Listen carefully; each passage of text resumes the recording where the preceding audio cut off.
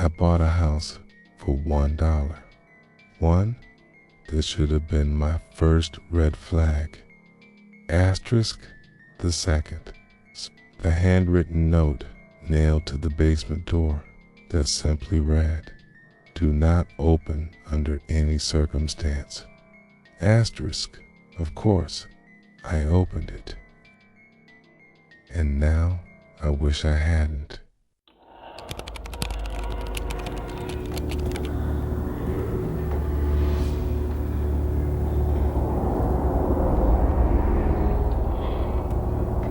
It started like one of those shady Craigslist deals that your friends tell you not to go through with. I wasn't rich, not even close. I was 26, single, and desperate to get out of my overpriced one-bedroom apartment in New York. So when I saw a listing for a house in upstate New York for $1, I thought it was a scam. It wasn't. The seller was a soft-spoken old man named Garland. He said the property had been in his family for generations, but no one wanted it anymore. No one dared take it, he said, and I quote, "The house doesn't like being empty." Asterisk, I laughed. He didn't. Asterisk, when I arrived at the house, it looked ... off.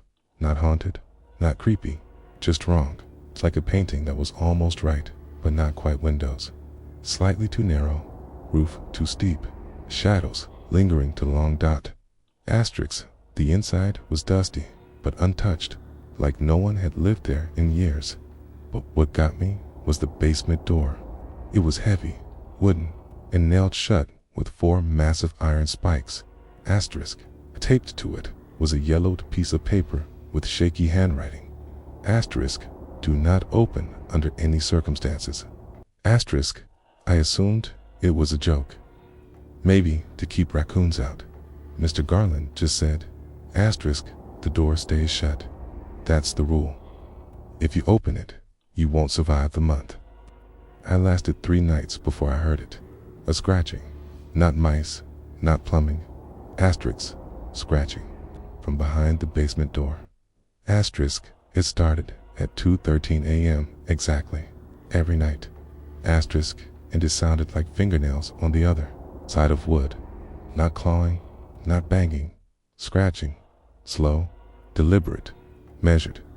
I didn't sleep for days. Asterisk, then came the whispering. My name, just barely audible, like it was being breathed into my ear from the inside of the walls. Asterisk, I set up a webcam facing the door, live streaming it to my laptop in my bedroom.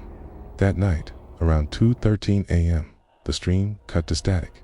When it came back 5 minutes later, the note was missing. Asterisk, the nails were still there, but the paper, gone. I ran downstairs.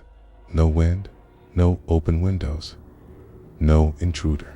But the house smelled different, like wet leaves and rotting meat. And there was something else. Footprints, not shoes. Bare feet leading from the basement door to my bedroom. Asterisk, the next morning, I woke up to something scrawled on my bedroom wall, written in a brownish red color I refused to test. Asterisk, open it. We're waiting. Asterisk, I hadn't invited anyone over. I never gave my address to friends or even ordered food since moving in. Asterisk, I scrubbed it off with bleach, paint, anything I could find. But no matter what, the message always came back by the next morning, same place, same words, same color. Asterisk then, one night, second message appeared underneath it. 1 week left. On the 6th night, the scratching changed. It became faster, desperate, almost angry. Asterisk, and that smell. It got worse. Now, it wasn't just rot. It was burned hair, wet soil, and something else that made my stomach turn. Asterisk, my neighbor. An old woman named Carol, who walked her dog past my house every evening, asked me why I never turned on the porch light. I told her I did. She just shook her head and said, asterisk, no lights have come on in that house since the Garrisons lived there. And that was in 1994. Asterisk, I checked the webcam footage again. this time from the cloud backup. Asterisk, that night, around 2:13 a.m., a figure appeared in the frame. Asterisk, it crawled out of the shadows. Not walked, crawled, like a broken puppet being dragged by invisible strings. It stopped just short of the basement door and looked directly into the camera. It had no eyes. Asterisk, just black holes that seemed to suck in the light. It grinned. Asterisk, and then, I swear on everything, it mouthed my name. On the 7th night, I didn't go to sleep. I waited at the top of the stairs with a bat and a flashlight. Asterisk, at exactly 2:13 a.m., the basement door creaked.